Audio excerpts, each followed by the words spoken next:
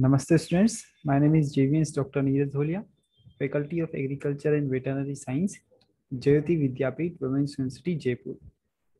So we are going to recap first what we have studied in the earlier lecture and then continue. So we were studying the microarray. The microarray that was belonging to the subject microbial genomics. So in the previous lecture, we have studied one type of the microarray, that is the cDNA microarray.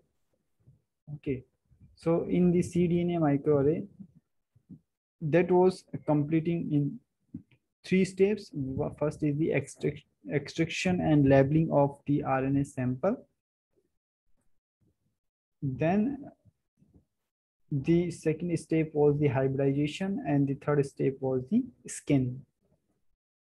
So in the extraction and labeling of the RNA sample, again, the labeling of RNA have the three sub-steps. First is the isolation of RNA, then labeling the RNA by a reverse transcription procedure with the fluorescent markers, then purification of the labeled products. So this was about the cDNA microarray. Then now today we will discussing about the oligonucleotide microarray. Okay, so the oligonucleotides are traditionally synthesized chemically on beads of controlled pore glass, CPG. Therefore, it is not too much of a logical leap to synthesize many different oligonucleotides side by side on a glass slide.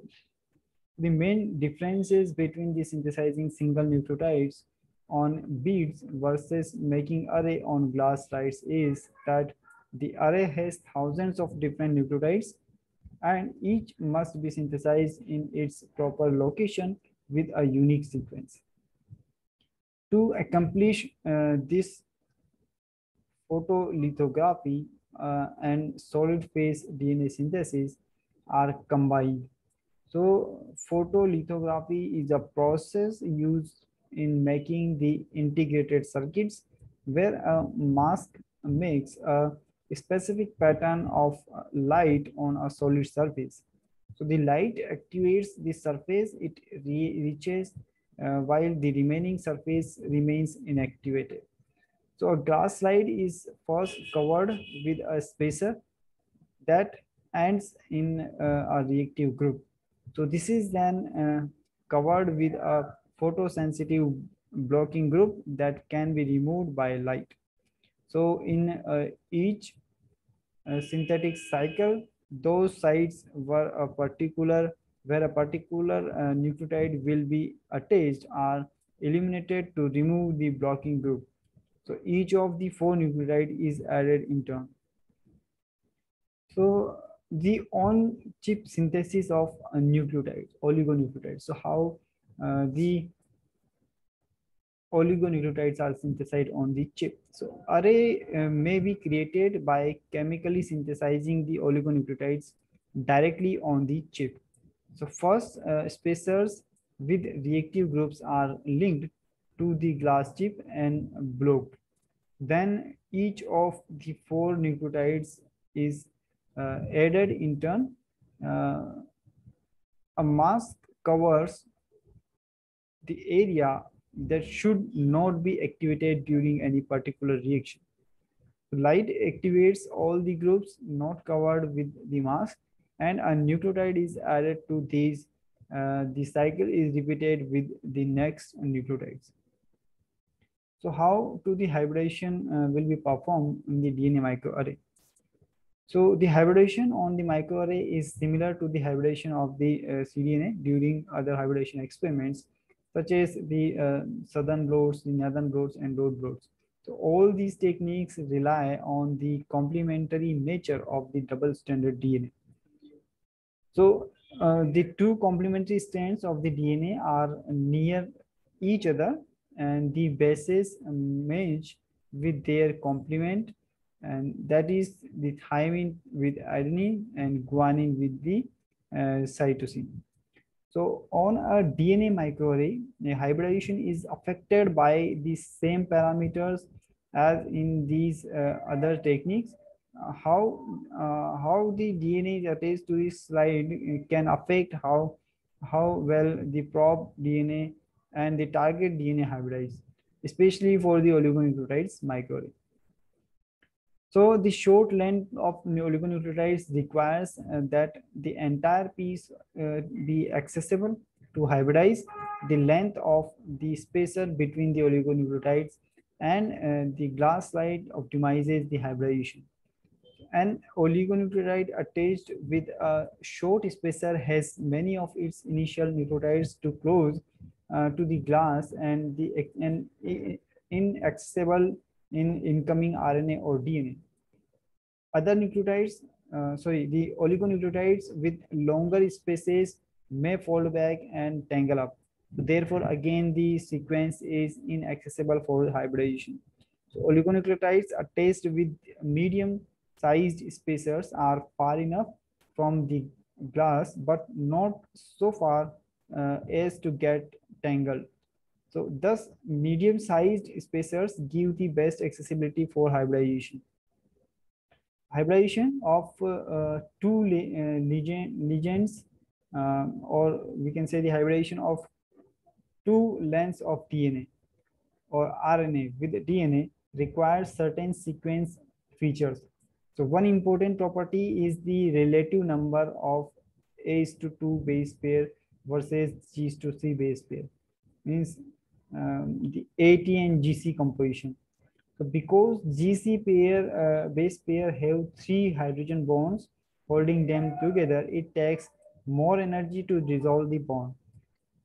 While the AT base pairs have only 2 hydrogen bonds and require the less energy. Okay, so more GC base pairs give stronger hybridization, definitely. And if the sequence has more AT base pairs, the duplex may form slowly and be less stable. So another important consideration is the secondary structure. So if the target, the duplex may not form efficiently, all these issues must be addressed when masking the oligonucleotide microarray.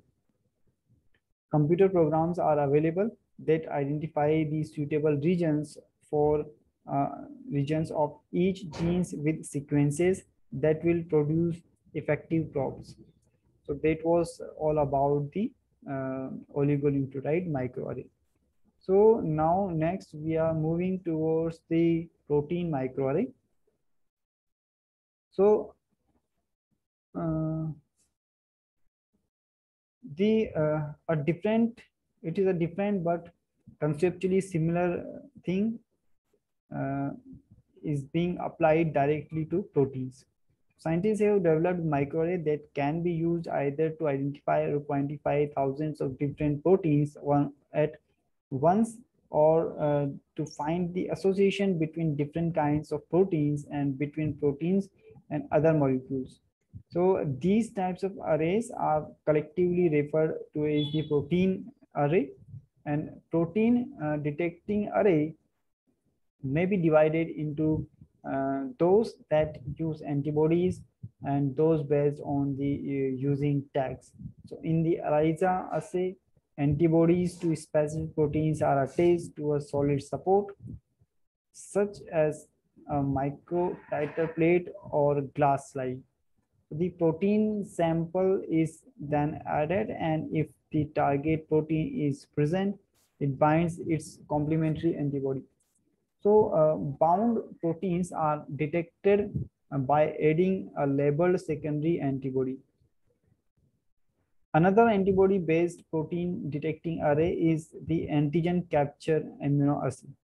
So much like the ELISA, the second method uses the antibodies to various proteins bound to a solid surface. The experimental protein sample is isolated and labeled with a fluorescent dye. And if two conditions are being compared, proteins from sample 1 can be labeled with Psi3 which fluoresces green, and the proteins from sample 2 can be labeled with Psi5, which fluoresces red. So actually this Psi3 and Psi5 we have already discussed before. What are that Psi3 and Psi5? So Psi3 and Psi5 are nothing but they are the fluorescent dyes, and the Psi3 fluoresces and gives the green fluorescence upon the excitation, and the Psi5 gives the red fluorescence when excited with the proper laser.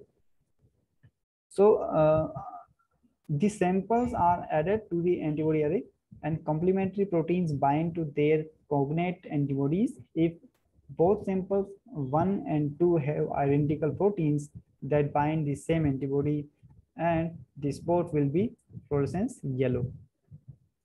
So protein interaction array. So rather than using antibodies, protein interaction use a fusion tag to bind the proteins to a solid support. The use of protein array to determine the protein interaction and the protein function is a natural extension of yeast to hybrid assay and co-immunoprecipitation. So protein arrays can assess thousands of protein at one time, making this a powerful technique for studying the proteome. So protein array are often used in yeast because its proteome contain only about 6,000 protein, and libraries have been constructed in which each protein is fused to His6 and GST tag.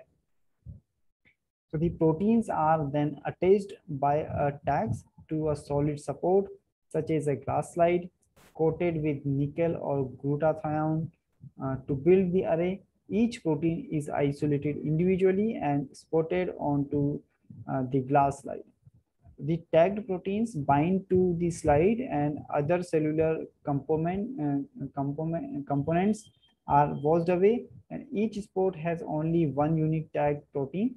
And once the array is assembled, the proteins can be assessed for a particular function. So the direct immunoassay binds the protein samples to different regions on a solid support. Each spot has a different protein sample. So next, an antibody labeled with a detection system is added. The antibody binds only to its target protein. In this example, the antibody recognizes only a protein in patient, some of the patient. So that was all about the protein microarray. Okay, so we have discussed three types of the microarray methods. One is the cDNA microarray, then the oligonucleotide microarray, and then protein microarray. So they are different on the basis of the sample you have taken and the probes you have attached, but the principle is same, that things are attached on a glass slide and that were hybridized with their counterparts and detected. Okay, and the benefit is that you can use or you can reveal information from thousands of sample at a time. So this is very useful assay and time saving assay, and of course energy saving assay. So hope you are satisfied with this digital session. If you have any query, you can write in the comment box. I will resolve that. And this session is powered by Digital Version 2, Jyoti Vidyapeeth Women's University, Jaipur. Thank you.